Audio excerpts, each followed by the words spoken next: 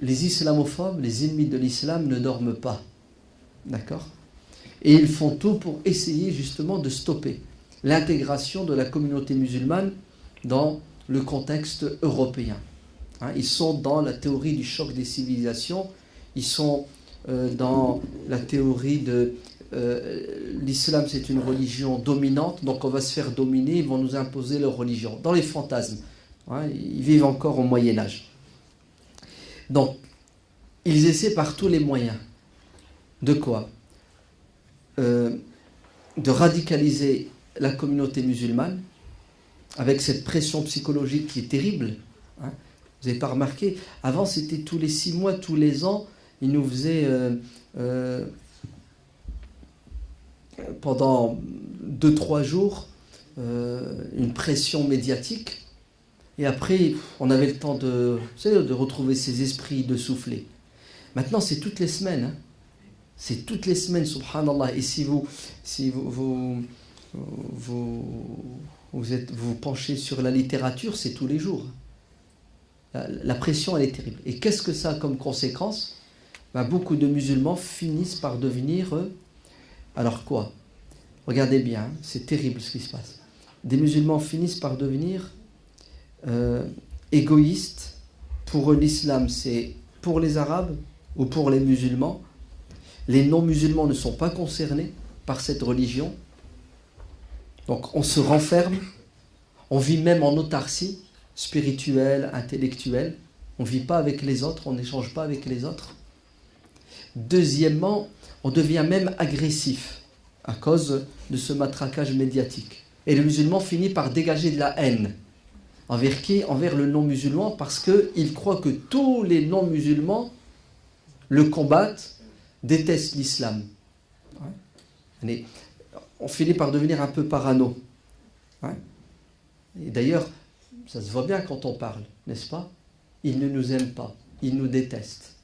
Regardez, eux, les Français, nous, les musulmans. Vous voyez comment on parle ? Il y en a même, tout simple, j'ai fait un sondage la semaine dernière avant de commencer une conférence. Je dis, vous allez me dire sincèrement, tout de suite, ne prenez pas le temps de réfléchir, je veux que ça soit spontané.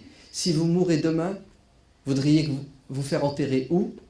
Écoutez bien, tous ceux qui étaient dans la salle m'ont tous dit à l'unanimité, sans aucune exception, « Oh non, moi je me fais enterrer au bled. » Oui. Après j'ai gratté, je les ai fait parler. Vous savez pourquoi ils ne veulent pas se faire enterrer en France ? Parce qu'ils considèrent que la France n'est pas leur pays, et ils considèrent que le Français non-musulman est leur ennemi de son vivant, et après sa mort. Il ne veut pas, au cimetière, avoir comme voisin, pendant 1000 ans, 5000 ans, un non-musulman au cimetière. Mais c'est une posture psychologique, à mon avis, qui est due en partie à une ignorance de la religion, mais surtout à la pression médiatique. Et c'est ce que veulent les ennemis de l'islam. Vous entendez ? C'est ce qu'ils veulent. Ils veulent créer un fossé entre nous les musulmans et les non-musulmans. Comme ça, il n'y a pas de quoi ? Il n'y a pas d'échange. Parce que quand il y a l'échange, qu'est-ce qu'il y a automatiquement ? Des influences respectives. Je me fais influencer, je m'intègre, mais l'autre aussi va se faire influencer, va s'intégrer. Donc ils ne veulent pas. Ils veulent qu'il y ait toujours une atmosphère de guerre ou de la crispation pour que le musulman se ferme, il se renferme. Et là, comme dit le prophète alayhi salam, le croyant qui a bien compris le Coran et qui le met en pratique ressemble à une bouteille de parfum ouverte. Il dégage des bonnes odeurs. Puis le croyant qui n'a pas compris et qui est égoïste, c'est une bouteille de parfum fermée. Eux, ils ne veulent pas qu'on soit ouvert. Parce que si on est ouvert, on va dégager des bonnes odeurs. Donc, et qu'est-ce qu'ils utilisent ? L'arme la plus efficace qui s'appelle la propagande, via les médias et en particulier le petit écran. Et cette propagande, elle est terrible. Le mal devient bien et le bien devient mal. Regardez les attentats de Boston. Admettons qu'ils aient été faits par des musulmans. Pourquoi est-ce que devrions-nous payer la facture ? La responsabilité collective est interdite.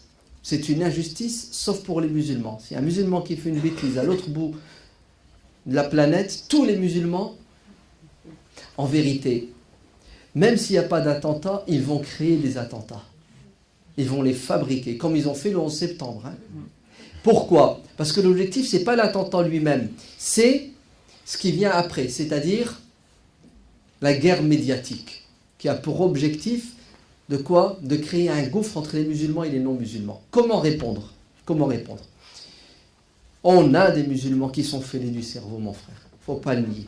On n'a pas que des saints dans notre communauté. On a des musulmans qui ont mal compris l'islam.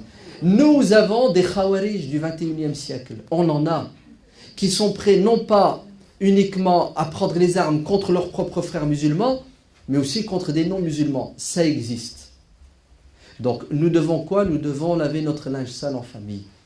Wallah, il y a des discours qui sont tenus par des pseudo-imams dans des mosquées qui font flipper. Heureusement qu'il n'y a pas des journalistes dans toutes les mosquées. C'est la vérité. Il y a des gens, entre guillemets, qui sont lettrés, qui tiennent des discours qui me font peur à moi, musulman. Alors qu'est-ce que tu penses d'un non-musulman? Ouais. Généralement, ce sont des malades. Ouais. Ils ont un passé psychologique. C'est même de la psychiatrie pour certains. Ah oui, il ne faut pas... L'habit ne fait pas l'imam. Hein. Attention. Hein. Il y a des malades. Hein. Ensuite, donc on lave notre linge sale en famille, c'est ça. 2, on se forme pour pouvoir justement répondre. Et on crée nos médias. On a fait nos mosquées, on est en train de faire nos écoles, nos instituts. Peut-être que la 3e étape, ça sera quoi? Ça sera nos chaînes de télévision. Oui. Et ça va venir. Hein. Il y a 3 semaines, là au Bourget, j'ai rencontré un frère qui est sur un projet d'une radio nationale. Hein, il m'a envoyé son projet et il travaille dessus pour que nous ayons une radio. À l'instar de Beurre FM, Radio Orient. Mais là, ça sera la voix de l'islam, par exemple. Et demain, nous aurons, Inch'Allah, une chaîne de télévision comme Al Jazeera ou Iqra. Ben déjà, Iqra, ils ont commencé à...